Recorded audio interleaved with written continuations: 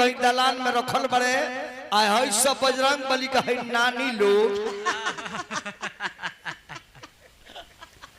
हाँ जी बाप रे बाप हाथ है ट्रैक्टर पर चढ़ के और मैं बजरंग बली के केहू उठावेला नहीं खे दादा।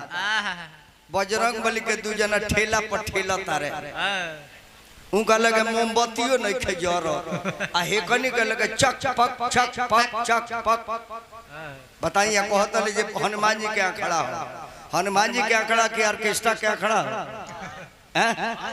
आई देख देख के हुआ है डांस करतरी सो हनुमान जी के देख के कहतरी सो बड़ी जालीदार बात हार कुर्ती वो कुर्ती पहले लेकिन लंगोटा पहले रे बताओ।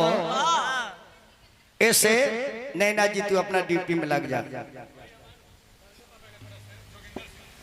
परम आदरणीय श्री जोगिंदर सिंह बाबू हमारा राजा बाबू के बड़का पापा जी बानी जोगिंदर बाबू के हार्दिक अभिनंदन स्वागत करता है। जान जाइए इतने नहीं के चाचा हमनी के राजा बाबू हमनी के 150 रुपया केहू दिला नु केहू सुनेला ए बाबा ली आ एकनी के 10 रुपया लइकवा देले सन तो 10 मिनट लागेला।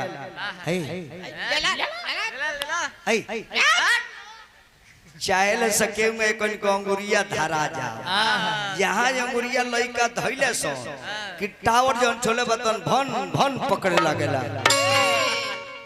अगर बाद देखी लेकिन के कमाल सारा पाक खान कूच के पहाड़ लगा दे तरजा झूठन को नहीं हरी बाबू तरह तो मुँह नहीं खे और तो नैना जी तो नवरी करके मीनवा के बढ़िया बना ली एक दिन के नहीं खे हम हाउ कुल ब्यास ना है सीजनली बरो मसिया है एक ना खरवास ना मलमास ना दोमास ना पीतर पच कुछ लागे ना ना। पवन बाबू राजा बाबू के भाई बानी पवन बाबू हार्दिक अभिनंदन शुभकामना बबुआ लोग के और राजा बाबू राजा बन के राज करत रहे। आओ तो नैना कुमारी एंड नैना देवी उर्फ नैना कुंवर ले ला बाबा से आशीर्वाद ले लो। सुहागवती भव ले लई है ब्रह्मास्त्र पुत्रवती भव ले लई है विष्णु अस्त्र। चले जाओ जाओ जाओ बारिश नहीं हो रहा है जाओ, जाओ। अरे तो 2 को दे दे नी तीनों दे दी आशीर्वाद तीनों इनके के दे दे तो ऑपरेटर भाई को के का दी।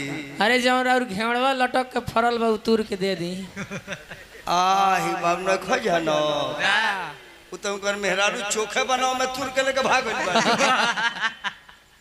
या भगवान तारा के खूब निरोग रखी तारा इतना बाल बच्चा हो खो ये मछड़ माछी फेल हो जाओ इतना ना लोग लइका हो जाओ। नैना देवी नैना कुमारी नैना कुंवर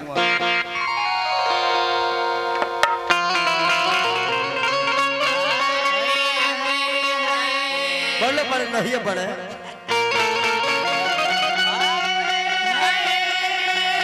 बारे राजा राम बाबू बा ए तहर तो जवाबे ना हो